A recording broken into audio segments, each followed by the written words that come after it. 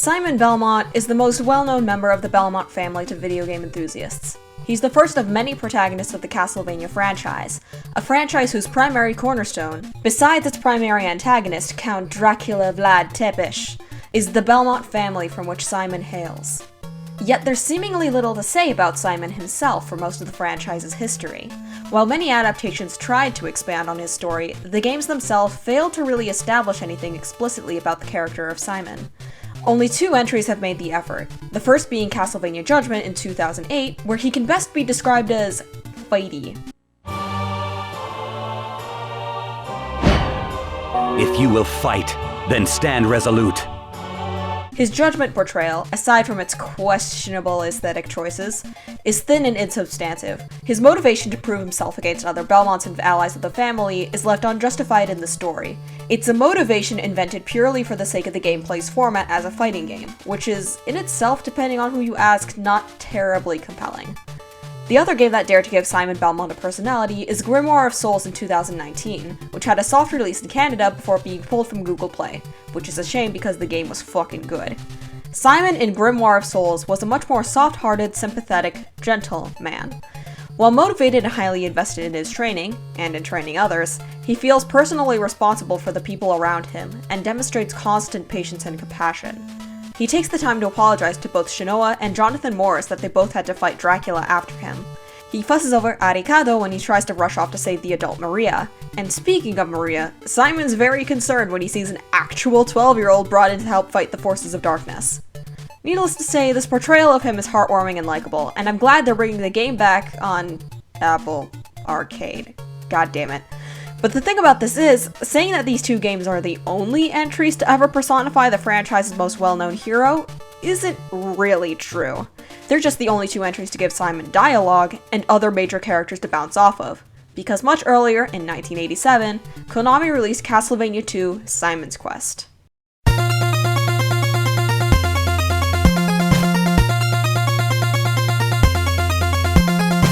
Simon's Quest is typically considered one of the less impressive games in the series, hanging on the coattails of the first game. It was the first Castlevania to include RPG elements, a prototype of the coined Metroidvania style that was already better done by, well, Metroid in 1986, and then perfected again by Symphony of the Night in 1997. The story takes place some 7 years after the events of the first game. Despite having defeated him that Easter night in 1791, Simon Belmont has found that the country is once again besieged by monsters, that Dracula's curse once again poisons the land. And his body. Simon finds guidance from a mysterious woman in his family's cemetery, who tells him that Dracula has placed his curse on him, and that to lift it, he must raise Dracula from the dead and slay him again. Determined to end things properly, Simon sets out to recover the pieces of Dracula which he'd scattered those years ago. And that's where his quest begins. To start with, I want to talk about the title, Simon's Quest. Between the title and the premise of the plot, the game positions itself as being more specifically about Simon Belmont as a person, where the first game was more about defeating Dracula. So here's the question: how am I going to analyze this game to do a character study of Simon Belmont? Calling back to what I talked about in my previous video about Mega Man, characterizing a video game protagonist is very different from characterizing anyone else, because the player is experiencing the game through the protagonist. That level of projection is going to change the reading of the character regardless of whatever explicit description you slapped onto them. The only way you can truly guide the player's interpretation of them is by use of the game's systems, rather than its narrative text alone. Which makes it a good thing that this game is more of an RPG than a platformer.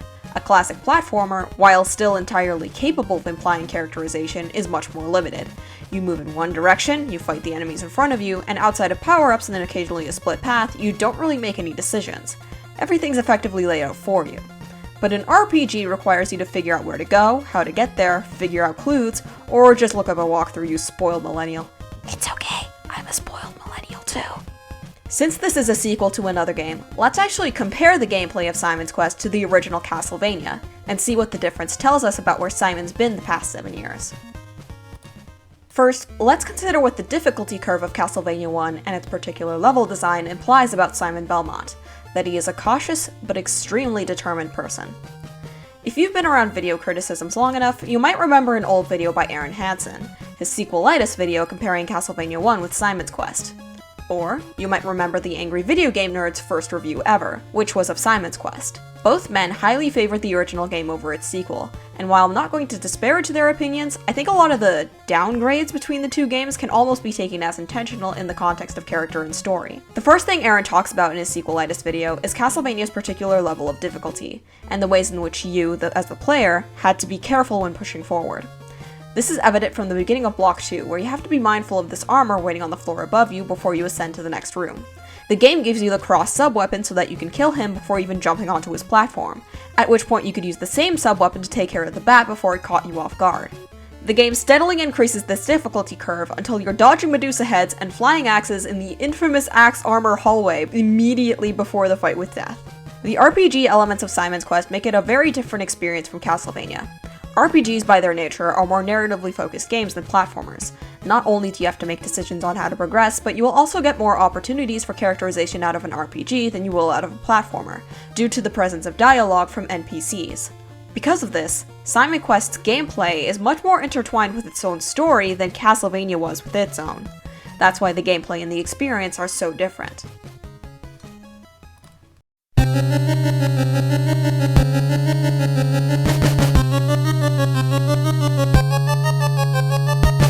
Researcher Ian Bogost, in his book Persuasive Games: The Expressive Power of Video Games, coined a term I think will be useful for what I'm going for here, that term being procedural rhetoric.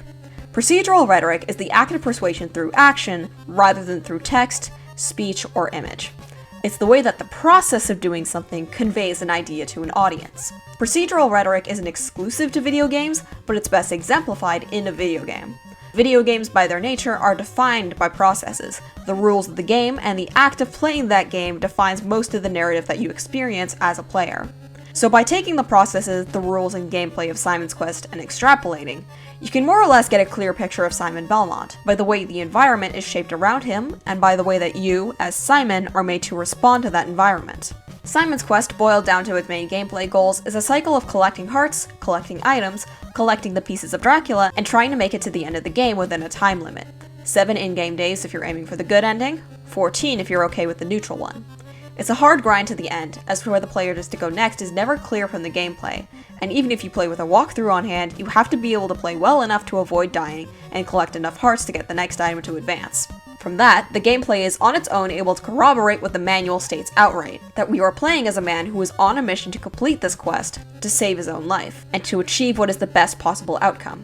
For us, our best outcome is Simon's continued living, bragging rights, and sequel bait. For Simon himself, it's still being alive, saving the land, and then having to do it all over again in Super Castlevania 4 and Haunted Castle because Konami just refuses to let this man live. It also tells us that Simon is an extremely determined individual.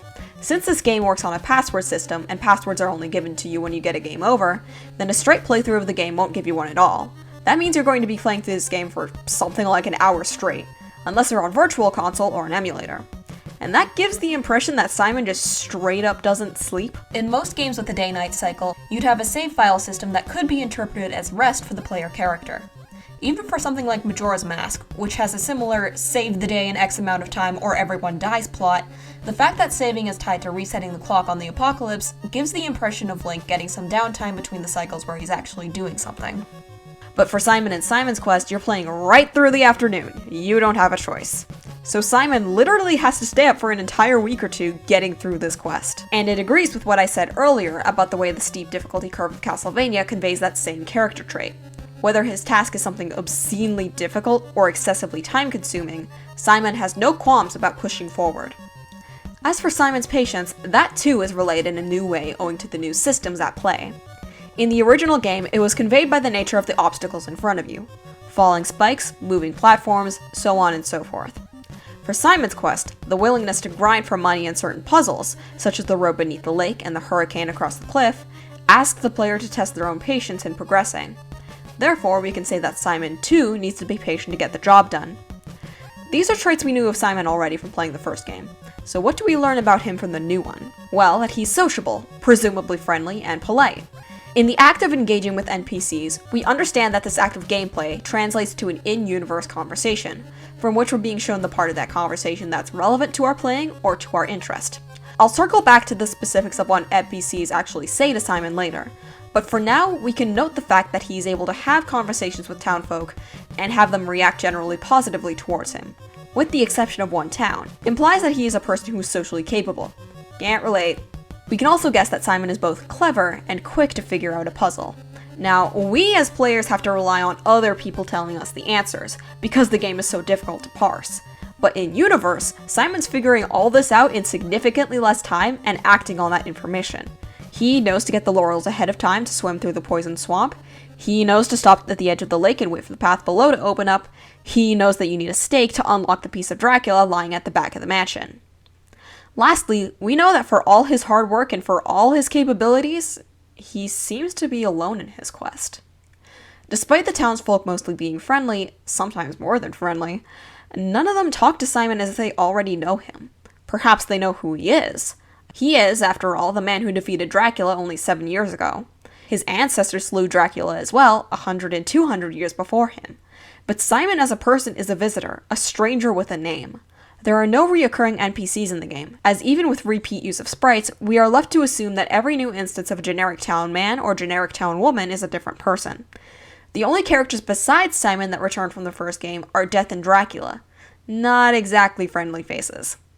But most of all, the roads between towns and mansions and landmarks are devoid of friendly NPCs, besides the occasional shady guy to get important items from, and Simon has no personal guide or travel companion.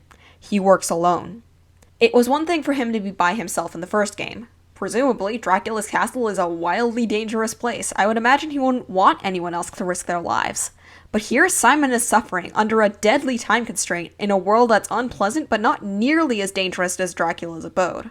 In that context, the lack of company is noteworthy, and kind of sad. Simon is this incredible hero with no one to mourn him if he dies. This is all speculative, of course, but so far we've only looked at the systems themselves and how they're set up to create this impression of Simon as a strong, warm, if potentially tragic hero.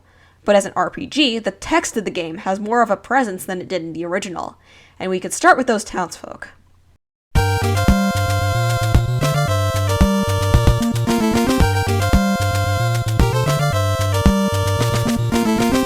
Most of the townsfolk you meet engage Simon in polite conversation and or offer him advice, particularly in the first town.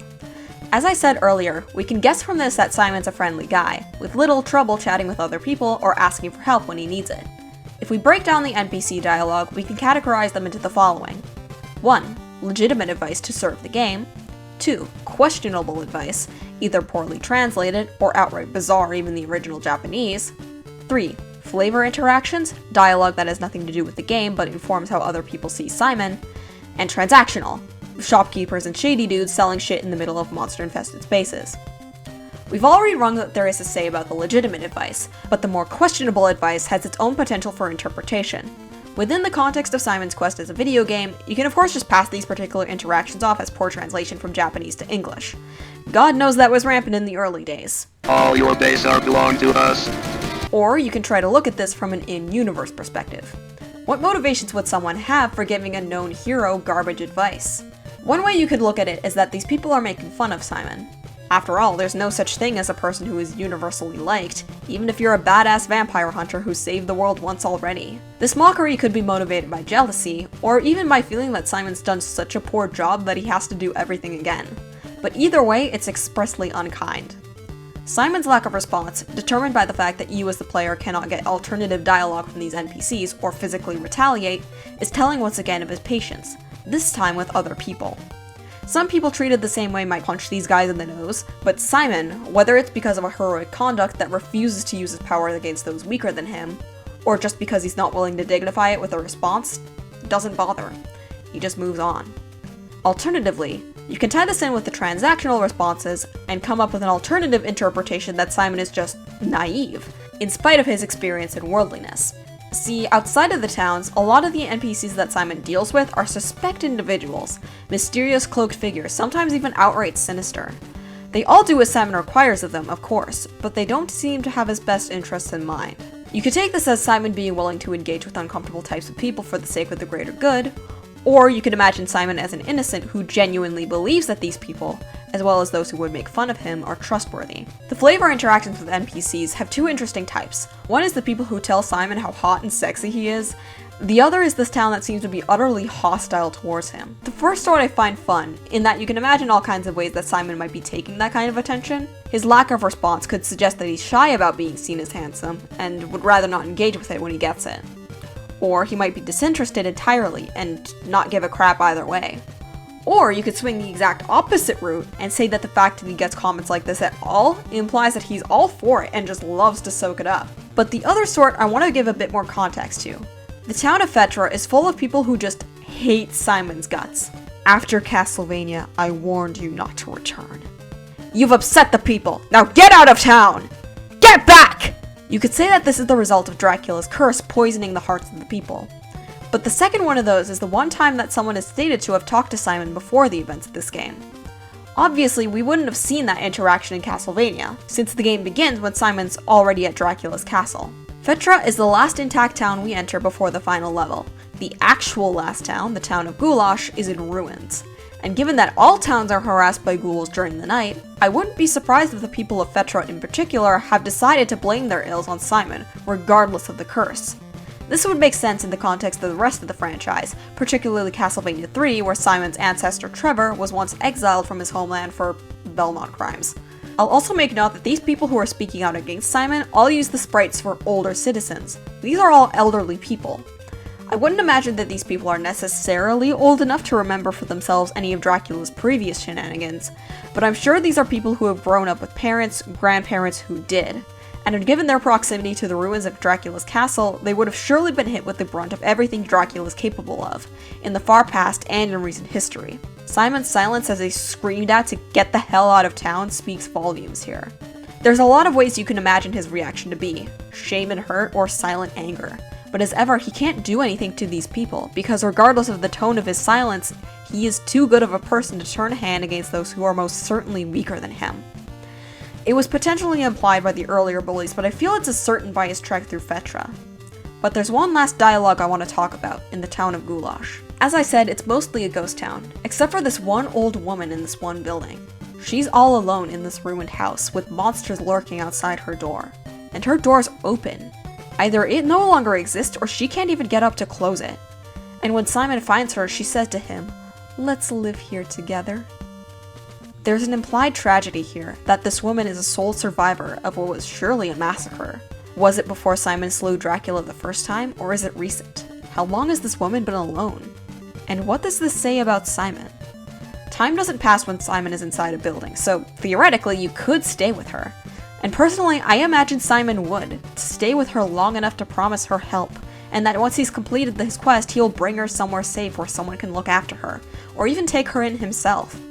But it's also possible that you, as a more goal-oriented player, might ignore her and turn away, effectively making your Simon a more hardened soul, knowing this woman can't have much longer to live and knowing that he too is on borrowed time, that he can't afford to stay with this old woman while he still has a mission of his own to complete for everyone's sakes.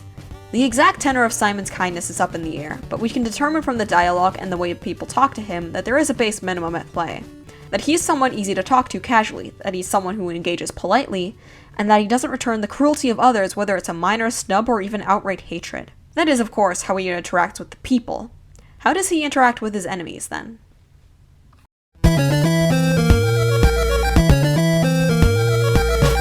Primary base interaction between the player and Dracula's forces is largely unchanged between the original game and this one. There are very few new enemies, and all are dealt with roughly the same.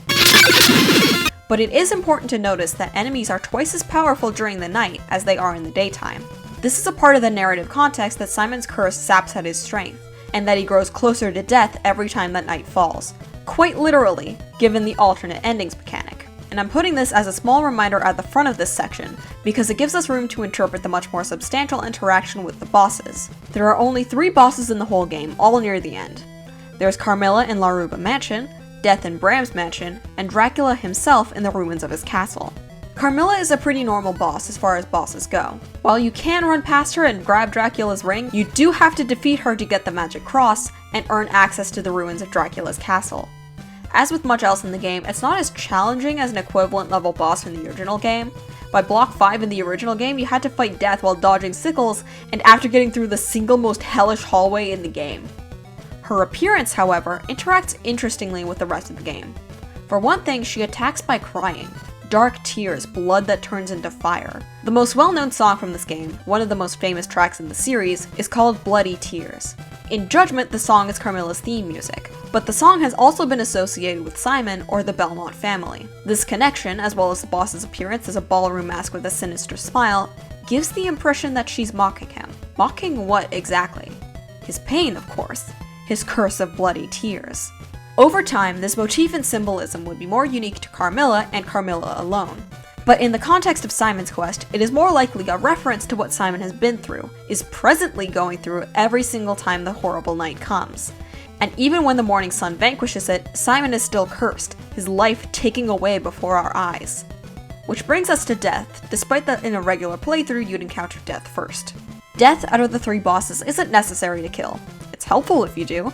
The gold knife is a useful sub-weapon, especially for fighting Carmilla, but it's not necessary to beating the game. You can walk right past him and still get the good ending.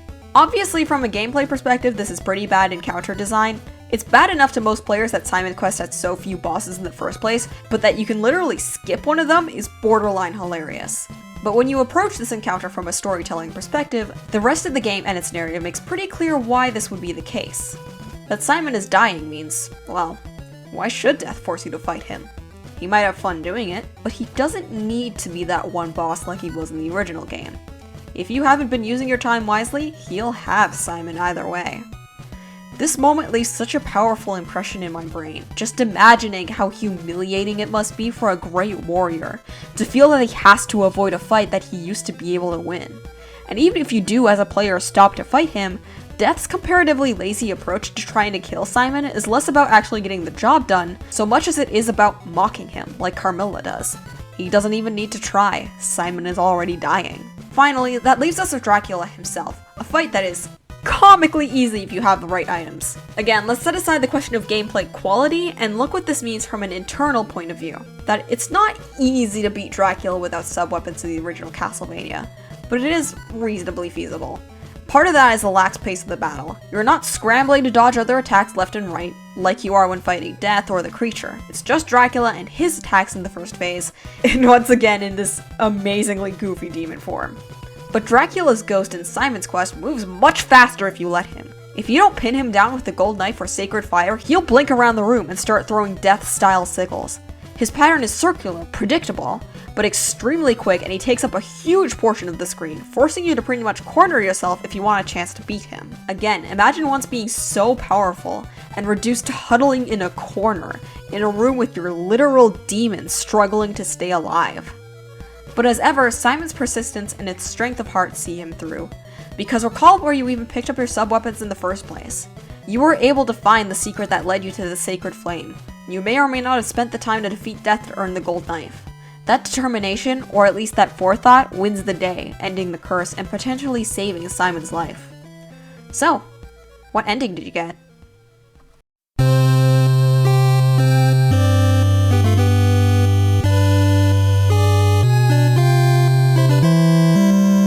There's not much else to derive from the endings that doesn't already confirm so much of what I've banged on about this whole video.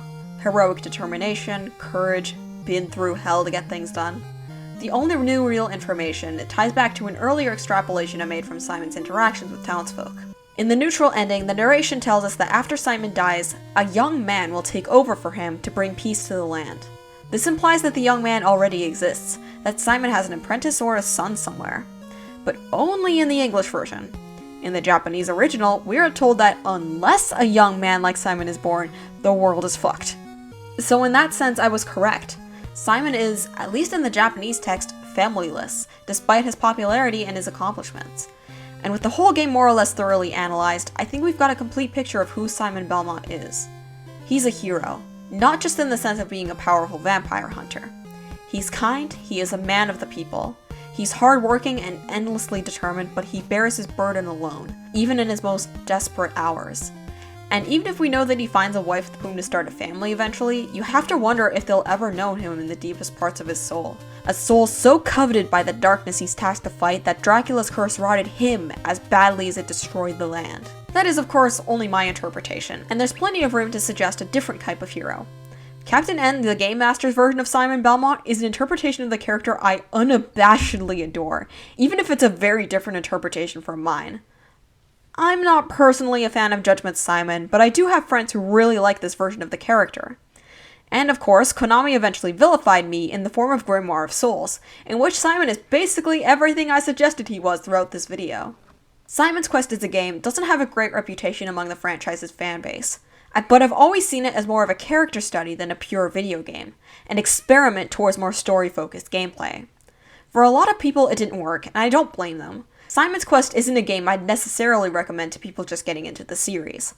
But I do want to praise it for its merits in trying something new, and it's a lot of fun to overanalyze the hell out of. The series would go back to basics with Castlevania 3 and the Game Boy games featuring Christopher Belmont. And be sure that this is a series I love, and I will be making a lot more videos on in the future. For today, I just wanted to share my appreciation for a game that doesn't get much, and for a character I love. I'm Jay on Channel 3, and thanks for playing.